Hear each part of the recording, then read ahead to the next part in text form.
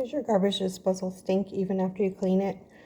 If your gasket can come out, then take it out. Use whatever cleaner you want to use. I'm not sure. And then give it a good scrub to deodorize it. I use that by Zip, basically bleach. But you can use whatever you want just to get all that gross stuff off of there. I do this about once a month in this one. If they don't come out,